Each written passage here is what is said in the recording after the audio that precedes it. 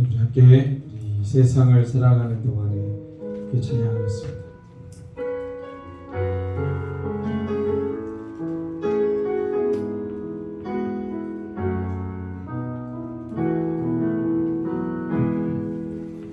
이 세상을 살아가는 동안에 나의 힘을 의지할 수 없으니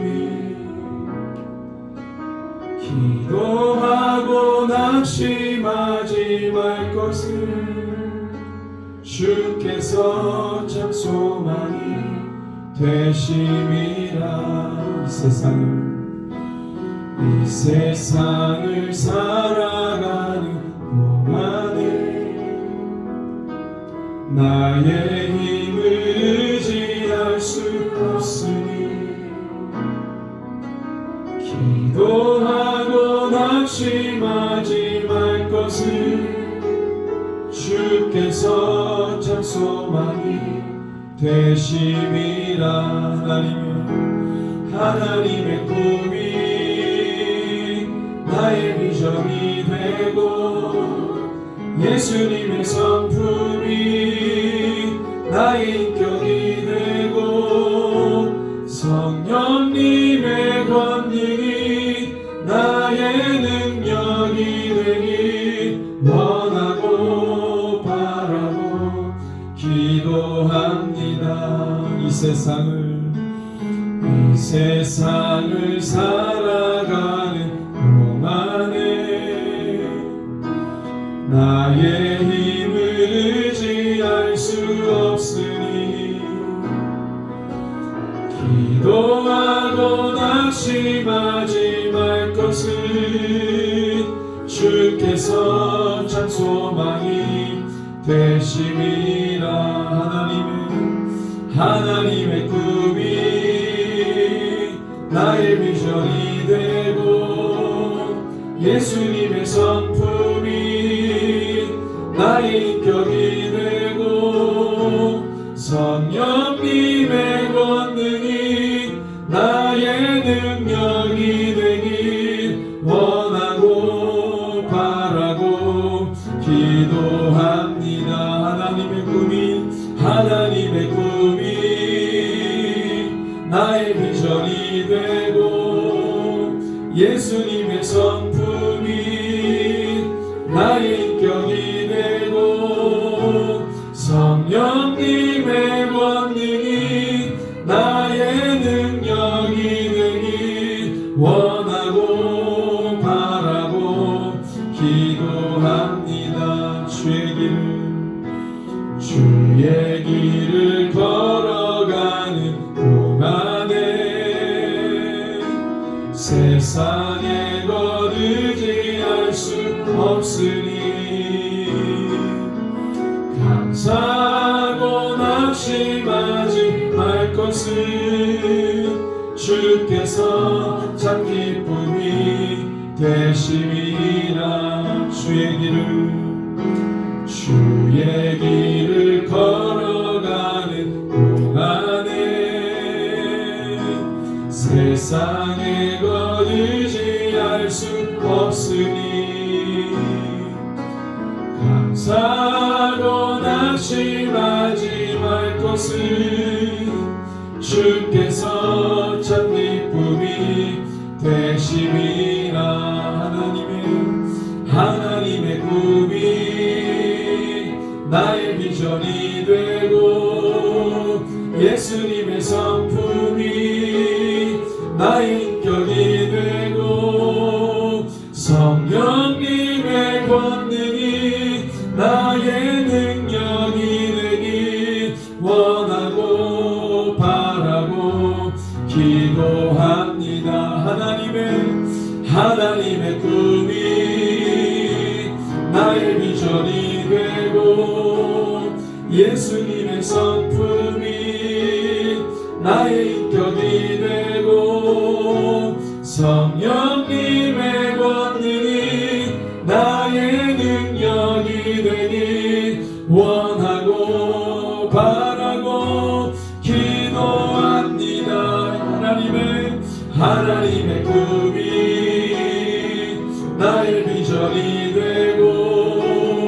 예수님의 성품이 나의 인격이 되고 성령님의 권능이 나의 능력이 되기 원하고 바라고 기도합니다. 원하고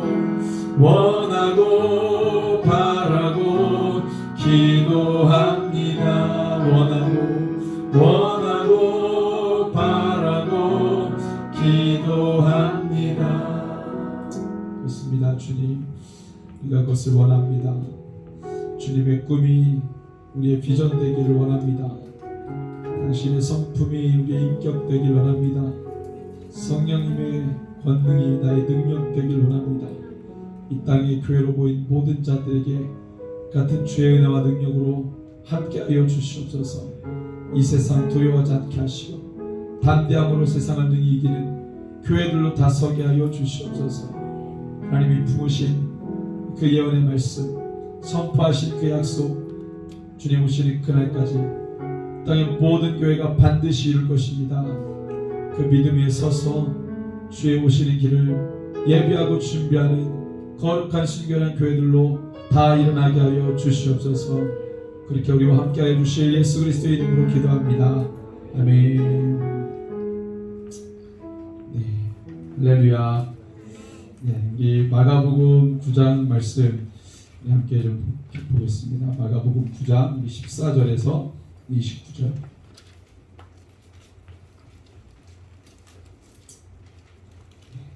마가복음 9장 14절에서 29절.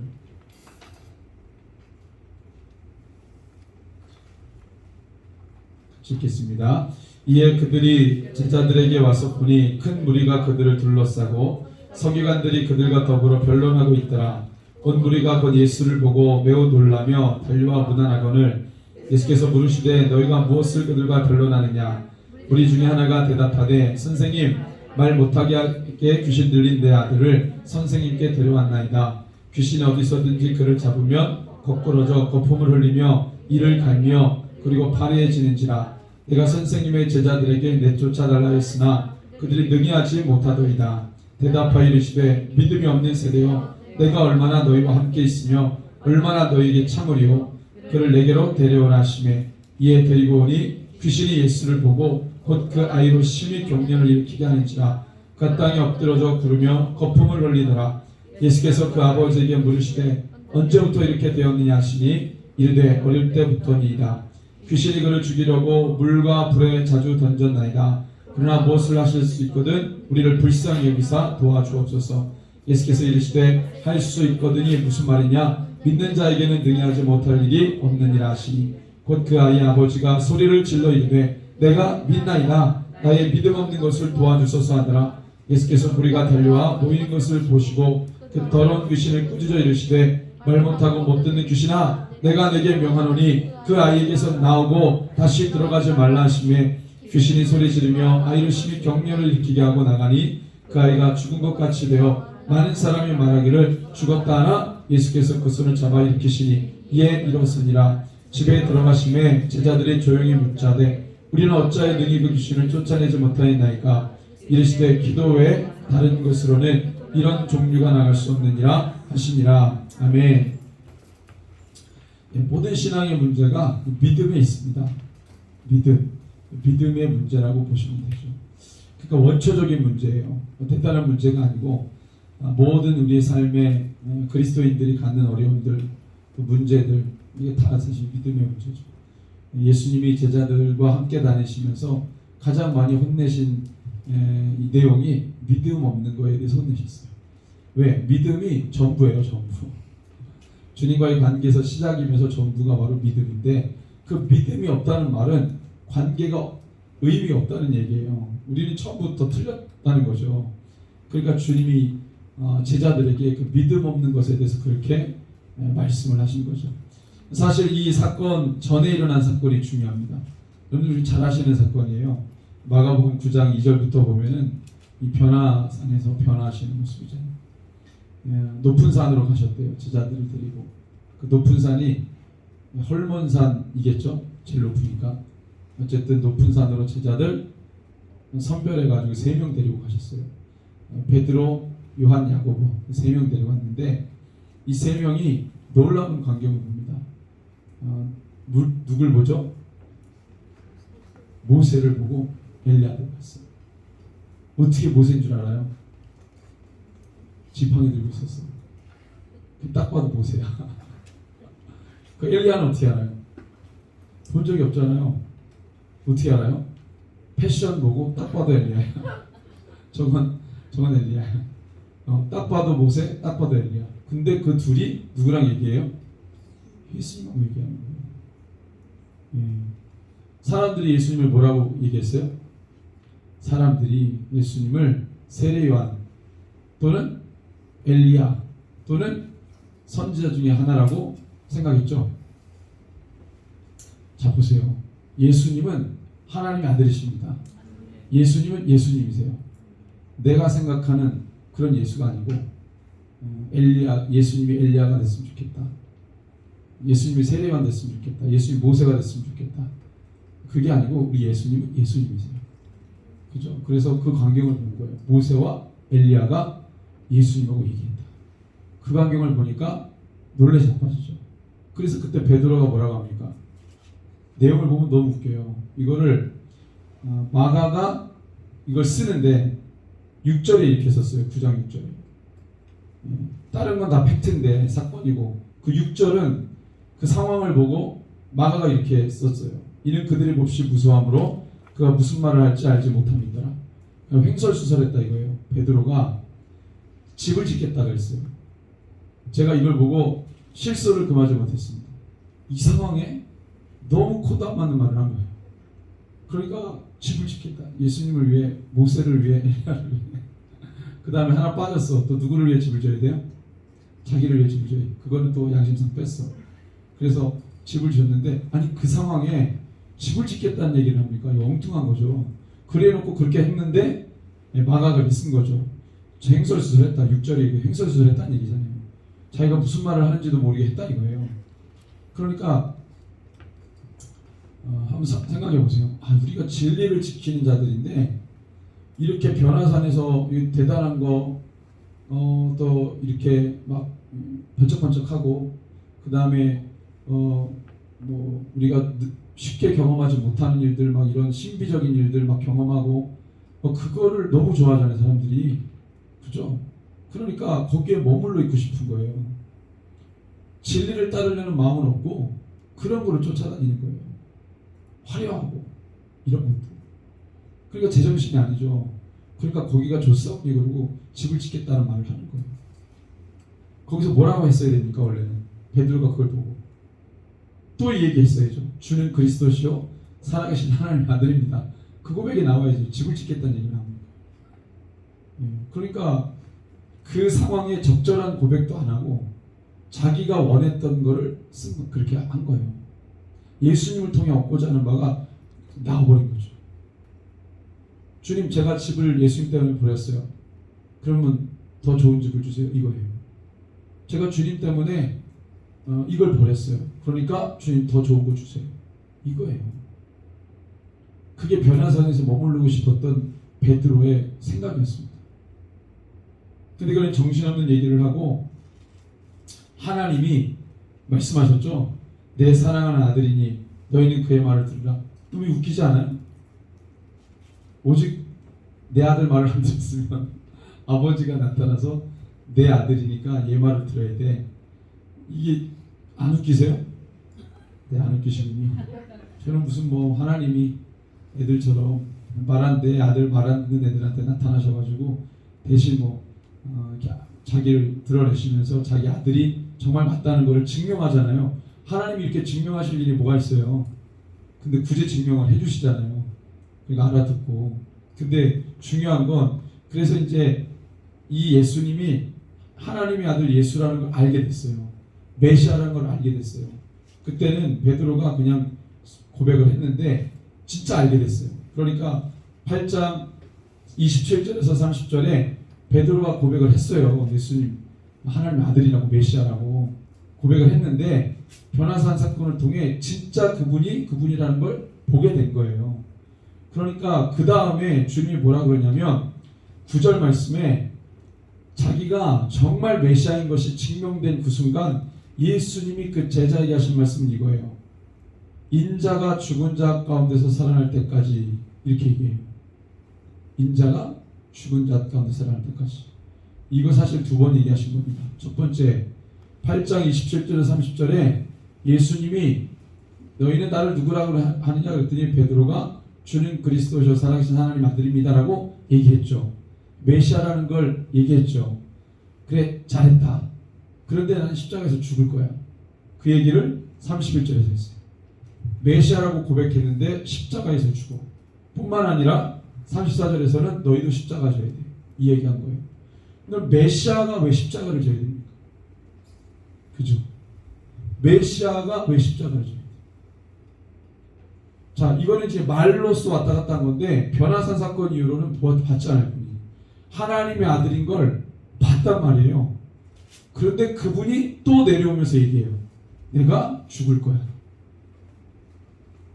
여러분들 보세요. 그냥 귀로 들어서 어떻게 하나님이 감동을 주셔서 말했든지 간에 그렇게 말하고 본거하고는 차이가 있어요, 없어요? 있죠. 근데 하나님이 감동 주셔서 고백했든 내가 봐서 고백했든 그 메시아가 십자가에서 죽겠다고 지금 두 번이나 얘기했어요. 그러면 우리는 어떻게 해야 됩니까? 정신 차려야죠. 근데 정신 못 차리죠. 자, 그래서 오늘 말씀해 보니까 변화산에서 내려오고 난 다음에 귀신 들린 소년 하나 못 고치고 그렇게 벌벌 떨고 있는 제자들에게 예수님이 혼내신 이유가 제목이 뭐예요? 믿음이 없다. 믿음이 없다. 왜 이게 예수님이 메시아가 십자가 지는 게 왜 안 믿어지냐면 예수님을 못 믿는 거예요. 지금.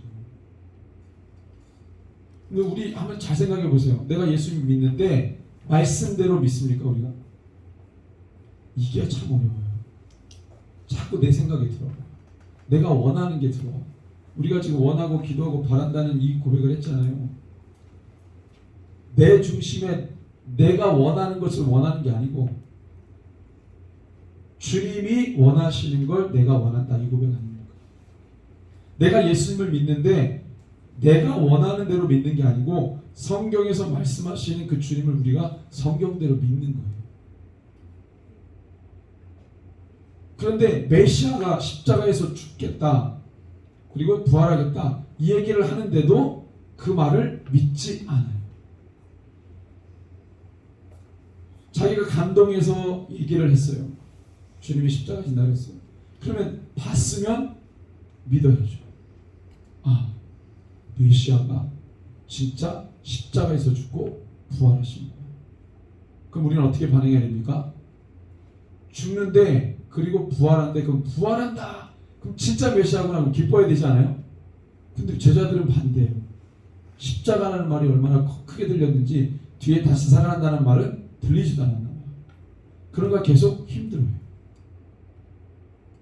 제가 이걸 보면서 왜 우리 신앙이 그렇게 한 번에 팍 튀어오르지 못할까? 왜 늘 갈등하는 것 같고 왜 늘 고민하는 것 같고 왜 늘 이렇게 민기적되는 것 같을까? 믿음의 문제지. 믿음의 문제. 성경대로 믿지 않는 거예요. 성경대로. 늘 자기 기준이 들어가고 자기 아집이 있고 늘 자기 교만이 있고 뭔가 자기 게 있으니까 이게 믿음이 일어나지 않는 거예요.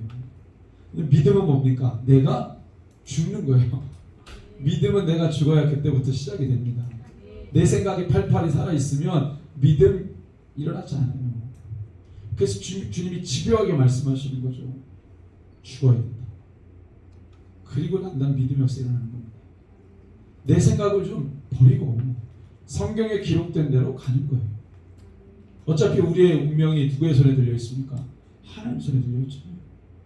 얼마나 쉬워요. 하나님 손에 들려 있다. 말씀대로 따라가면 주님이 책임져 주시겠지. 아멘. 그 옆에 분에게 이렇게 고백해야죠. 하나님이 책임지십니다. 아멘. 그러니까 이제 내려놔야 돼요. 주님이 책임지시니까 내려놔야 돼.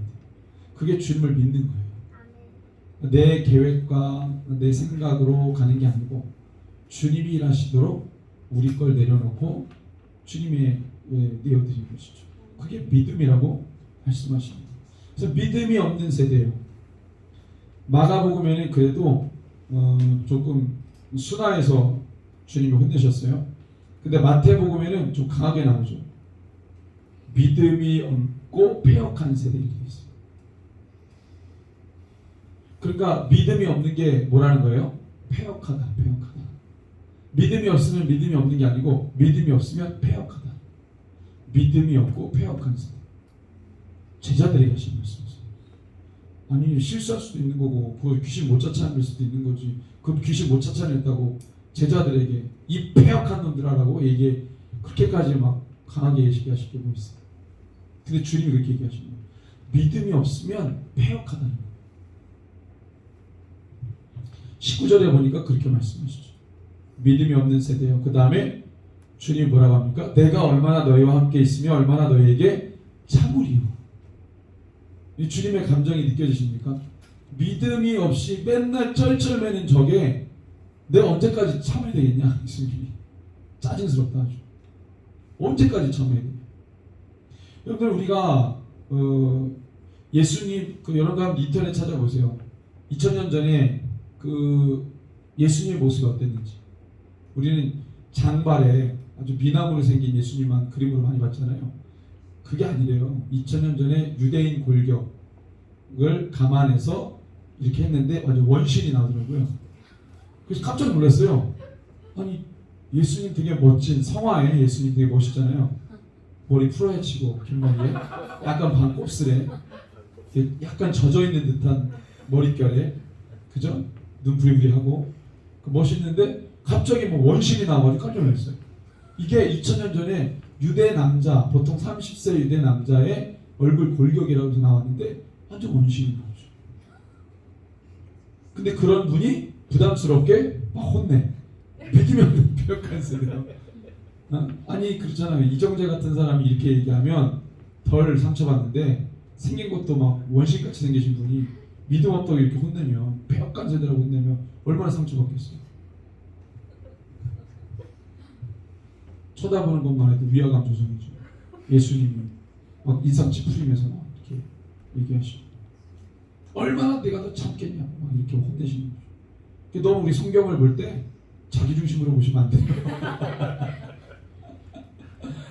최대한 객관적으로 2000년 전으로 돌아가서 정말 세밀하게 따져보면서 여러분들 말씀을 봐야죠. 그래야 그 현실성이 있는 거예요. 아 제자들의 감정이 이렇겠구나. 예수님의 감정이 이렇겠구나. 막 내가 얼마나 너희를 참게요. 예수님은 좀 못 참겠다 이거예요. 하도 막 믿음이 없으니까. 그런데 예수님이 이렇게 말 19절에 언제까지 참으리요? 그를 내게로 데려와라. 이거예요. 데라. 귀신들을 데려와요. 짝 째려보죠. 그 다음에 전개가 되잖아요. 그래서 어떻게 해요? 예수님이 이 아버지와의 대화를 보세요. 제자들하고 대화가 있었고 그 다음에 아버지가 아이를 데려왔어요.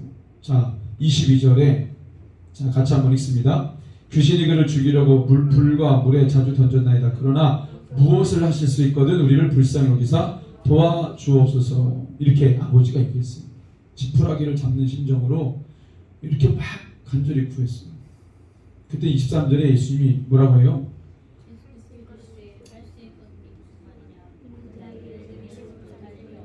자, 여러분들 잘 생각해보세요. 제자들이 듣고 있죠?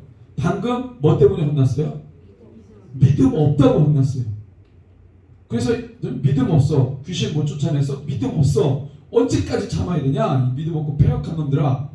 그 제자들 다 보고 있는 데서 어떻게 하면 이 아이를 정말 좀 고쳐주세요. 근데 예수님이 하신 말씀 무슨 말이야? 믿음이 있으면 돼. 이렇게 얘기하는 거예요.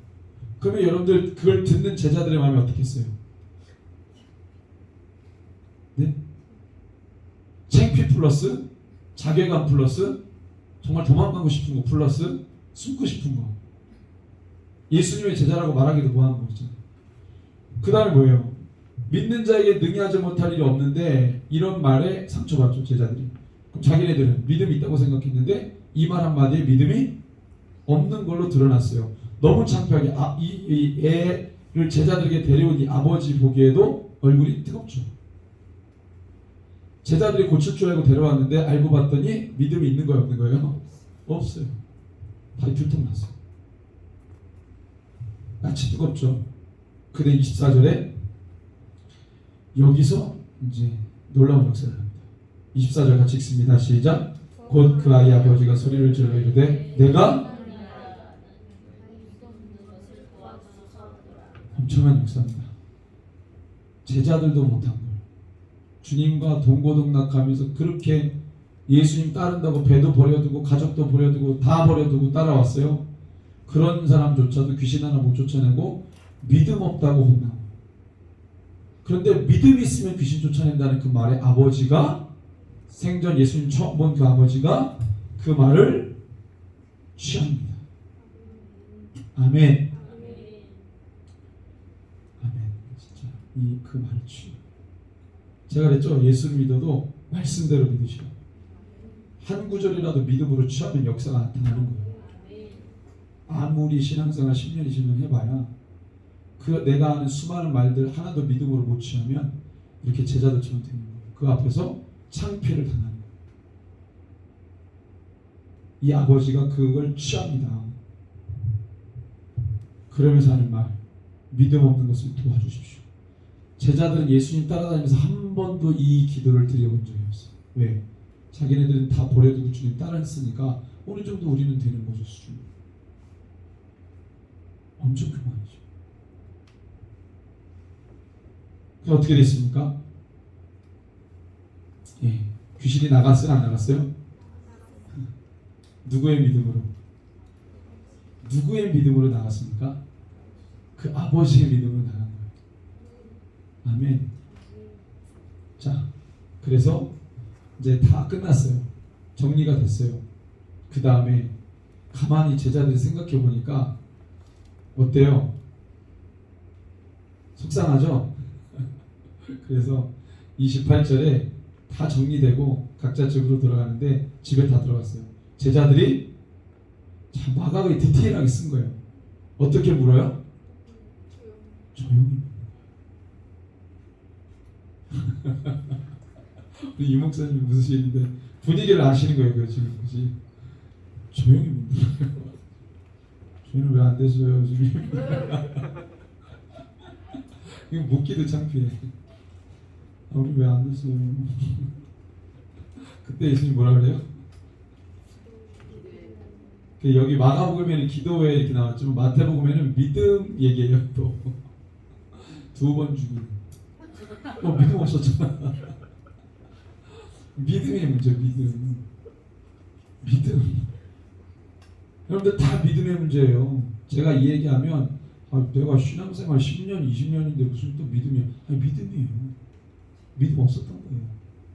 성경대로 안 믿었던 거예요. 성경대로 예수님 안 본 거예요. 믿음의 문제.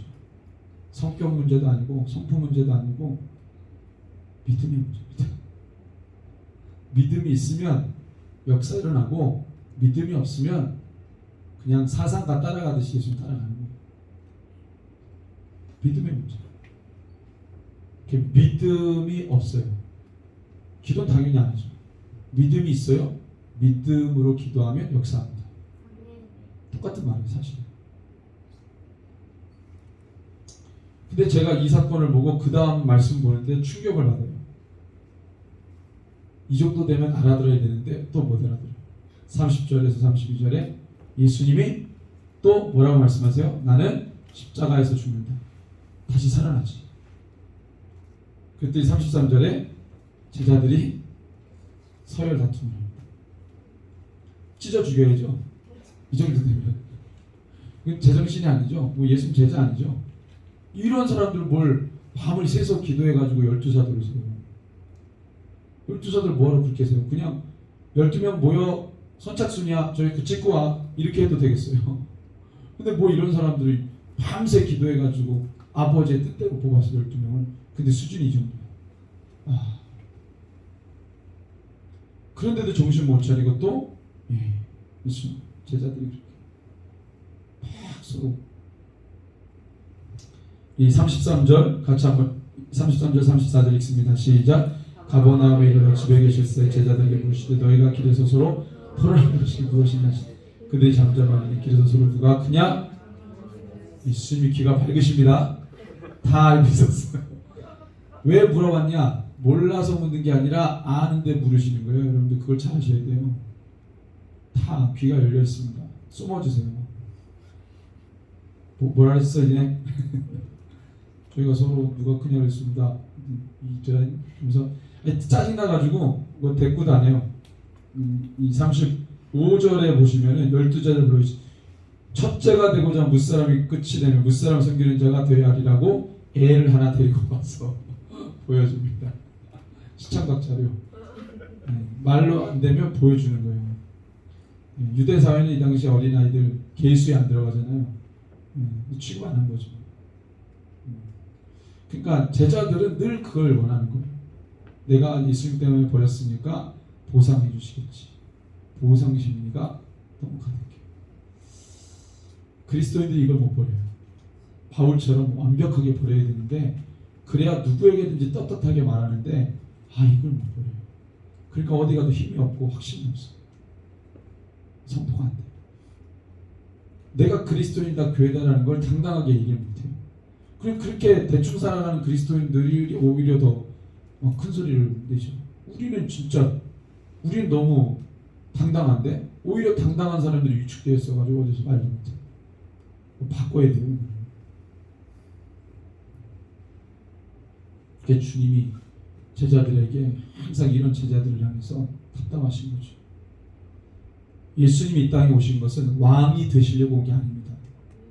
하나님의 아들 그분이 나를 위해 죽게 오신 거예요. 십자가의 사역이 예수님이 하신 모든 사역보다 가장 큽니다. 그러니까 예수님 막 병자 고치고 죽은 자 살리고 십자가 안 졌어요. 그거 아무 의미 없어요. 주님은 십자가 지식에 오셨기 때문에 그분이 메시아인 것을 십자가에서 드러내시는 거예요. 그래서 누가 인정했습니까? 그가 죄가 없다, 메시아다. 누가 인정했어요? 강도, 한편의 강도가 인정했죠. 죄가 없습니다. 백부장이 인정했죠. 하나님의 아들이었다. 강도, 죄 많은 사람, 백부장, 이방인. 유대인들은 주님을 제대로 보지 못했어요. 말로는 그분이 하나님의 아들이라고 고백했지만 십자가 질 때 다 도망갔어요. 근데 달린 십자가에서 그분이 죄가 없다, 메시아다라는 것을 보고 고백한 사람이 다 이방인 아니면 죄인이었습니다. 여러분들 허물 좋은 12제자가 되시겠어요? 실속 있는 이 이방인과 또 이 죄인처럼 그렇게 하시겠어요?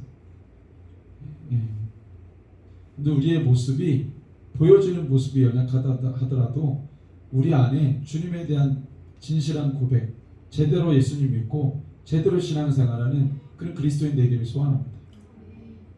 그냥 겉모습으로 뭐 대단하다 신앙 이건 중요하지 않아요. 우리 속이 진짜여야지. 겉이 아무리 좋은 걸로 둘러싸도 속이 비어 있으면 아무것도 아니지. 예수님이 제자들을 끌고 다니시면서 이런 답답함이 있었죠. 혹여라도 주님 저를 사용하시는데 좀 답답하십니까? 한번 물어보세요. 좀 답답하세요? 조금 불편하세요? 맨날 한번 물어보세요. 이런 기도 안 해보셨잖아요. 주님 저를 사용하시는데 좀 불편하신가요? 좀 껄끄러우신가요? 물어보세요. 그러면 순간 자기가 뭘 잘못했는지 생각이 나요. 그걸 조정하는 거죠. 결단하고.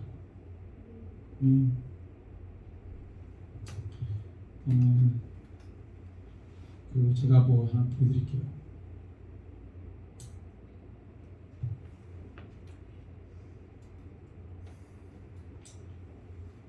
그 흑사병 아시죠? 흑사병이 그 전 세계를 돌 때 거의 1억 명이 죽었대요. 그래서 중국까지 퍼졌는데 그때 중국이 원나라였는데 원나라 인구 30%가 죽은 거예요. 너무 재밌는 건 이 흑사병이 창궐할 때 종교개혁을 했던 시기 맞물리죠. 그 종교개혁가들이 좀 저때 어땠냐?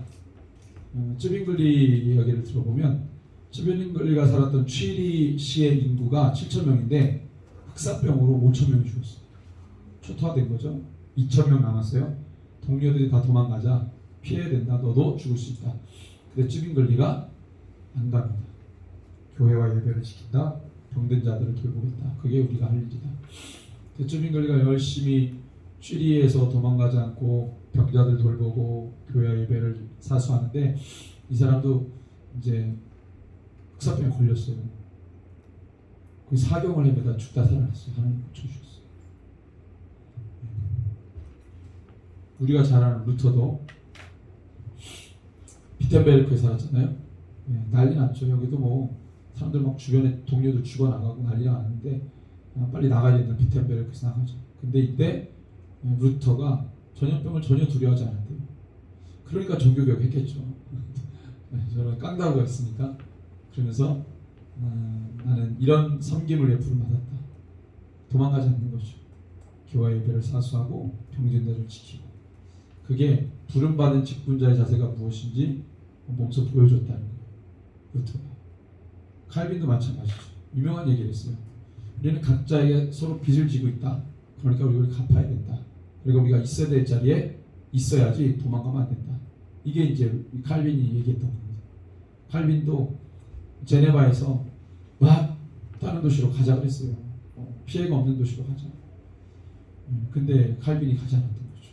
끝까지 자리를 지켰다는 거예요. 믿음이라는 게 뭡니까? 믿음. 근데 저게 믿음이에요. 저게.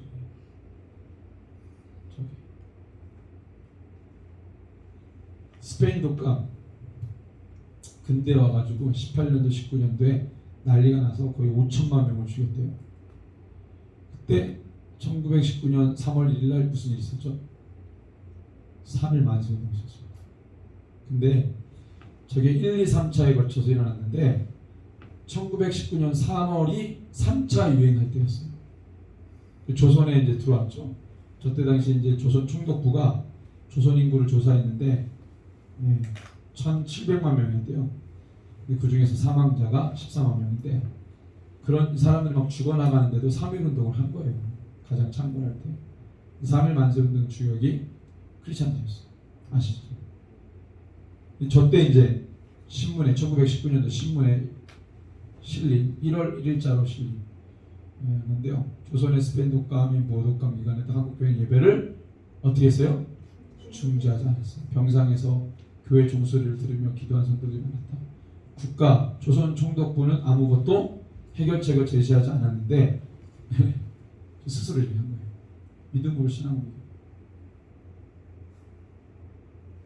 6.25 전쟁 때도 맞죠. 예배를 시키죠. 서울 영락교회 김원학 장로님 얘기, 후암교회 김경종 목사님 얘기, 박기천 전사님은 놀라요. 예배를 드리는데 인민군이 막 쳐들어왔어요. 주일날 문 딱 열고. 그랬더니 이 전사님이 예배를 마치고 나갈 테니 예배를 방해하지 말고 기다려라. 인민군한테. 그 인민군이 기다려줬어요.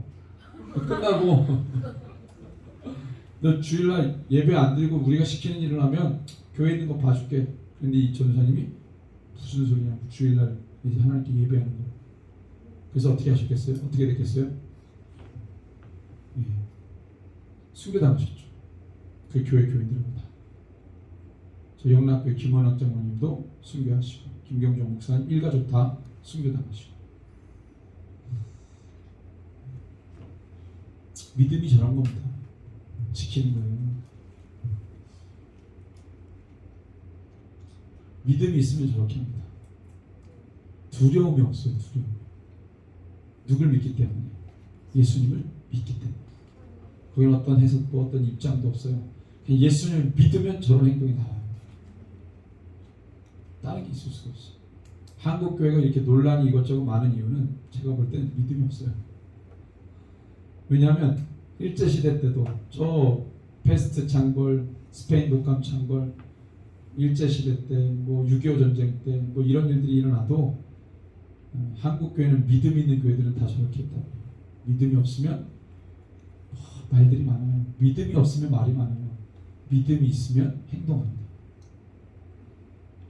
그 저 여러분들이 마지막 때 우리 여러 가지 이제 막 교회를 도전하고 막 교회를 무너뜨리려고 하는 게 막 난리가 나잖아요, 주변에서. 믿음이 있으면 승리합니다.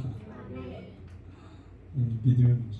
그래서 이 시간에 좀 기도할 때 주님, 이 귀신 들린 아버지가 주님의 그 말씀, 믿음이 있으면 반드시 귀신이 떠나간다.